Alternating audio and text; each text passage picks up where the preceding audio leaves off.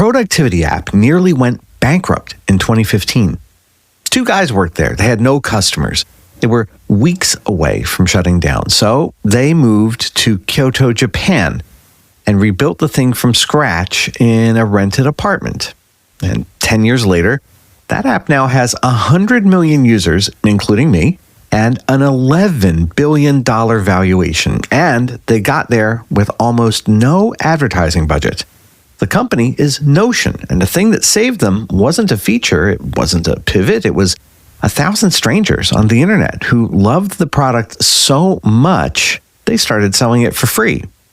Today on Marginally Better, we're talking about community as currency, why the companies spending the least on marketing are growing the fastest, why Meta just burned through $73 billion trying to build community from the top down and failed, and what a knitting website with 11 million users can teach you about customer loyalty that no Super Bowl ad ever will. That's all coming up after the break on Marginally Better.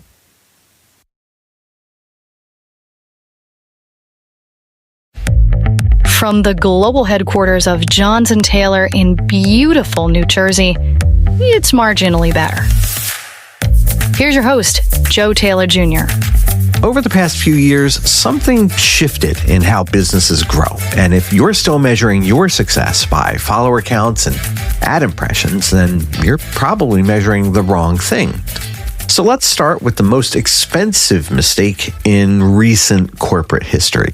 Meta, the company formerly known as Facebook, has now lost more than $73 billion on its Reality Labs division. That's according to reporting from TechCrunch and CNBC, which tracked the losses through quarter four of 2025. $19 billion of that loss was in 2025 alone, and Mark Zuckerberg told investors to expect more of the same in 2026. The bet was that people wanted to strap displays to their faces and attend meetings as little cartoon avatars with no legs, and they didn't. What Meta built was a platform, and what people wanted was a place. Those are not the same thing. Meta is now cutting up to 30% of Reality Labs' budget and pivoting to AI-powered smart glasses. Bloomberg reported on the restructuring in December. 1,000 people lost their jobs, but the metaverse didn't die. It just turned out that nobody was living there. Now, here's a story from the opposite side of the spectrum. Figma, the design tool, built something their community wanted so badly that the company took over building it for them. First Round Review published a detailed breakdown of Figma's community-led growth strategy, and the short version is Figma opened a plugin marketplace and a template gallery where anyone could publish their own tools. Thousands of new resources show up every day, and here's the part that should make you lose sleep if you're a product manager. Community Inc.'s analysis found that community-driven feature requests and plugin development are now outpacing Figma's own internal R&D cycles. The users are building the product faster than the company can. People who download a template have higher activation rates, lower acquisition costs, and stronger retention. Each template is also a web page indexed by Google, so the community isn't just building features, they're doing Figma's marketing and SEO for free. Now, Discord, originally a voice chat app for gamers, it now has 259 million monthly active users. That's according to DemandSage's 2026 statistics report. But the real number is this one. More than 55% of those users now identify as not gamers.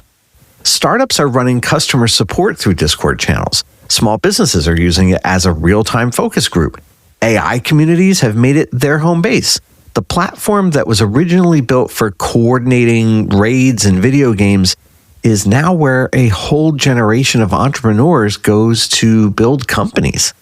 And the average Discord user spends 94 minutes a day on the platform. Now, for context, the average email open rate is 21%. WhatsApp messages gets opened 90 to 98% of the time. But Discord isn't just getting open. People are living there. It stays open all the time. And then there's Lego Ideas, the platform where fans submit their own set designs and vote on which ones Lego should produce. If your design hits 10,000 supporter votes, Lego reviews it for production. And you get 1% of the net sales if they actually make it. In the second half of 2025, 146 fan designs hit that 10,000 vote threshold. That's more than double the previous record. Lego Ideas themselves called it the biggest review period in their history. TikTok is driving a lot of this. Fan designs going viral, rallying thousands of votes in days. Lego isn't just crowdsourcing ideas, they're crowdsourcing demand. Every voter is a pre-committed customer. Every creator is an unpaid product developer with a built-in audience. All four of those stories share the same pattern. The company's trying to engineer community from the top down, spending billions on platforms that nobody asked for. They're losing. But the companies that created space for community to form on their own, they're winning. And in some cases, the community is literally building the product.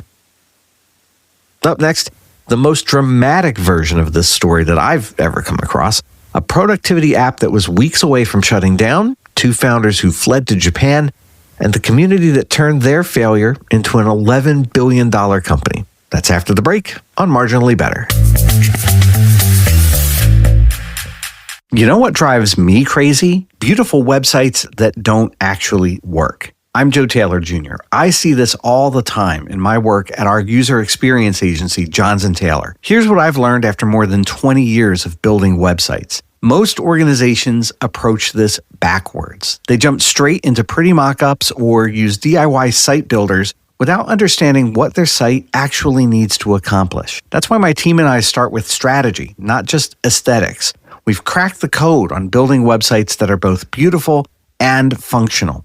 And right now, we're offering complimentary website and user experience assessments for business podcast listeners. No sales pitch, just honest feedback about what's working on your site and what isn't. If you're tired of a website that looks good but doesn't deliver results, visit makethewebsiteworkforme.com. Discover what your website could really accomplish. makethewebsiteworkforme.com.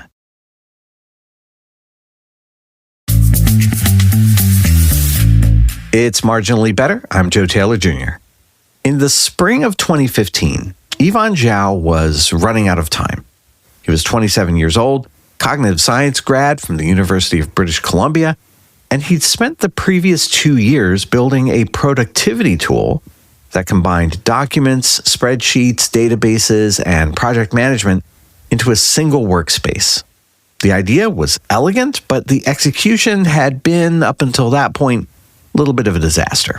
You see, the first version of Notion was really complex, very buggy, and as Zhao would later admit in an interview with Lenny Rashitsky's newsletter, nobody wanted it. Not nobody as in not enough people, literally nobody. The product had pretty much zero traction. The company was weeks away from shutting down. So Zhao made a decision that would have sounded insane to any venture capitalist in San Francisco. He laid off his small team, he packed his bags, moved to Kyoto, Japan, along with his co-founder, Simon Last. They rented a modest apartment in a quiet neighborhood and started over. Now, as the software report documented, the Kyoto period was brutal for those guys. They coded for 18 hours a day. They lived on the cheap. They totally disconnected from the Silicon Valley pressure to ship fast and raise money. They stripped back everything to their first principles. They asked questions like, what do people actually need? What solves a real problem? And the breakthrough, as they later described, was really simple. Here's a quote from how they described it on Founderboat. Most people don't want to build their own apps. They just want something that solves their problems quickly. So they'd been building a tool for engineers, and they realized they needed to build a tool for everyone. Now, by March 2016, Notion 1.0 launched, and it became the number one product on Product Hunt, not just for the day, but for an entire month.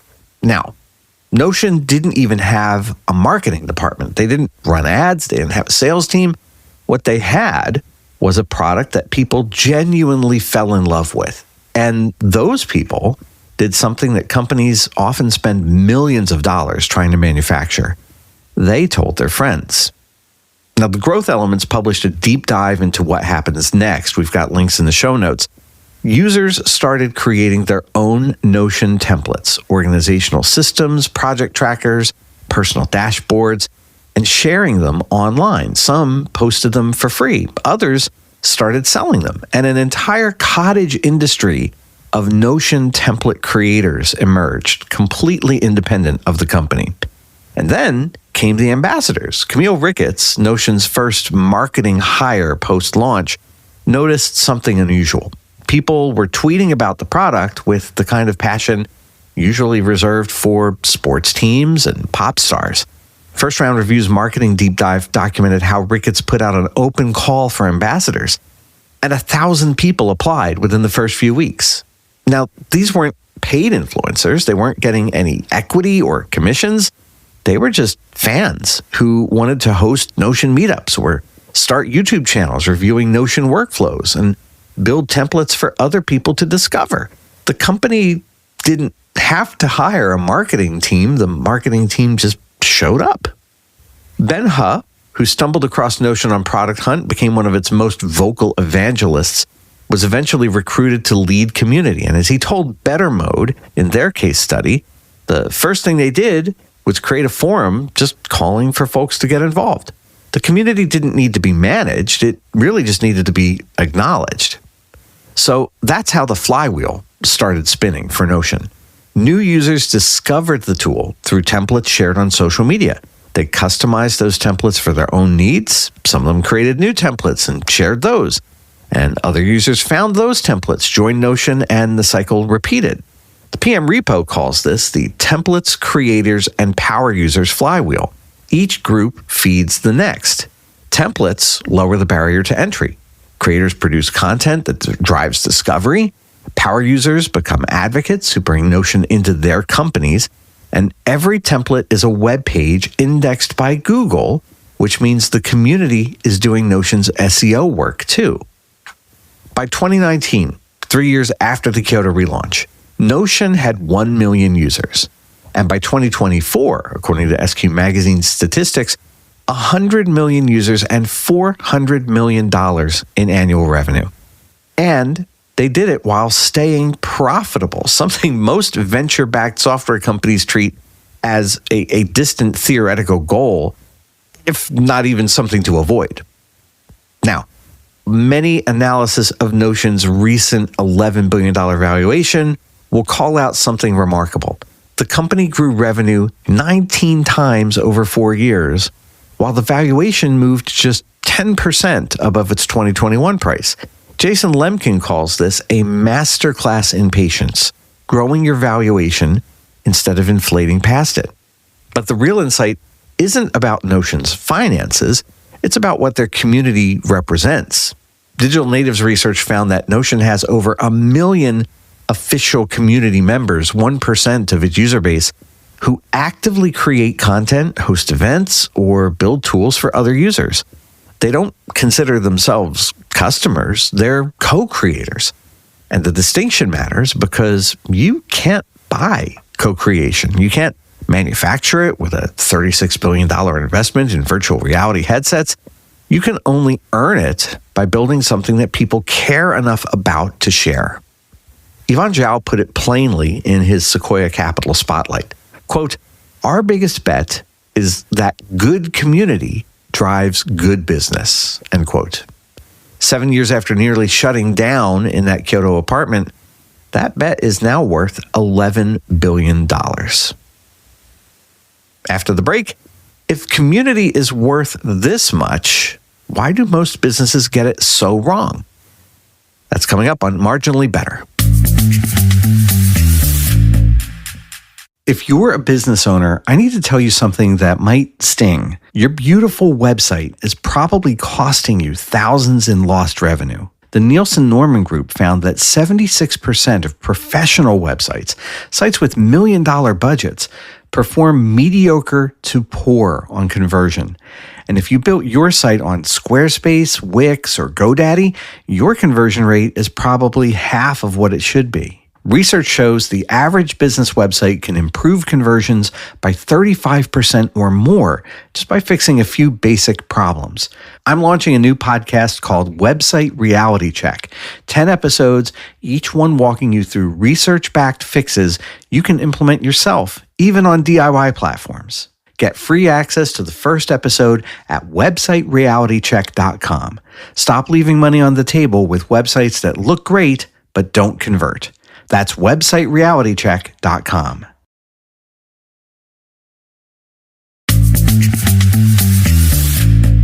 It's Marginally Better. I'm Joe Taylor Jr. So here's the question. If community is worth so much, if it can take a bankrupt two-person startup to 100 million users over a decade, why do most businesses get community so wrong? And I think the answer is they confuse platforms with places. Let's talk about Ravelry. It's a website for knitters and crocheters. And it launched in 2007. Looks still like it was designed in 2007. And it has 11 million registered members. There is no algorithm. There is no feed. There's no viral mechanics. It has a pattern database, a forum, a yarn shop directory, and that's basically it. Now, here's what's interesting to me as someone who last crocheted as a 12-year-old. Ravelry doesn't try to grow. It doesn't optimize for engagement. It doesn't send any push notifications. It's not begging you to come back. It just exists as a place where people who care about fiber arts can find each other. Local yarn shops list themselves in the directory for free. Knitters organize meetups through the forums, pattern designers sell their work through the marketplace. It's a complete economy, not because someone engineered a business model, but because somebody built a room and the right people showed up. Now, most companies will hear the Notion story and think, we need a community strategy. So they hire a community manager, they launch a Slack channel, they start posting engagement prompts like, what's your favorite productivity hack? Drop it in the comments. And nobody drops anything in the comments. The Slack channel dies within 6 weeks. The mistake is treating community as a growth tactic instead of a design philosophy. Notion didn't build a community. They built a product that was worth forming a community around. The community was an emergent property of the product, not a feature that they bolted on afterward. And I think this is what Meta got backwards with the metaverse. You can't spend your way to belonging. You can't engineer a $73 billion sense of connection. Connection happens when people gather around something they care about and you give them just enough structure to find each other. So here's what this means if you're running a business. You don't need 1 million followers. You don't need a viral moment. You really just need 100 people who care. Sephora's Beauty Insider program has 45 million members, and it drives 80% of their North American sales, according to recent reporting from Beauty Matter and eMarketer. But that program did not start out as a loyalty juggernaut. It started as a forum attached to a points system, and the forum turned out to be more valuable than the points. Your version of that might be something as simple as a WhatsApp group with your best customers, or a monthly email that people would actually reply to, or a Discord server where 20 people talk about the thing that you sell, not because you asked them to, but because they wanted to. The future of customer experience isn't in building bigger platforms. It's in creating smaller spaces where the right people can find each other and talk about the things they care about. In an economy where everything is automated, algorithmic, and artificial, genuine human connection is the scarcest resource, and the businesses that figure out how to create it, or better yet, how to get out of its way, will be the ones that last. Because unlike the metaverse, belonging is something people actually want. And that's the thing about community. You can't buy it. You can't fake it. You definitely can't spend $73 billion and try to manufacture it in a lab. But if you build something worth gathering around and then give people the space to gather, it turns into the most powerful growth engine in business, not because it's optimized, because it's real. Building a community your customers actually want to be in starts with understanding what they need, not what you want to sell them. Now, we think about that intersection a lot at Johns & Taylor, how experience design creates the conditions for connection. And if you got thinking about your own business while you're listening to this, we've been writing about it on the Johns & Taylor blog. The show notes have the link. Thanks for listening to Marginally Better. If this episode resonated with you, you can really help us out by leaving a quick review on Apple Podcasts or on Spotify. It helps other people find the show, and that's our version of community-led growth. Now, if you want behind-the-scenes notes from me and from the rest of the team, head to marginallybettershow.com or follow the link in our show notes. Marginally Better is a Calufrax radio production. Our producer is Nicole Hubbard with research by Connie Evans. I'm Joe Taylor Jr. Calufrax, mean little planet.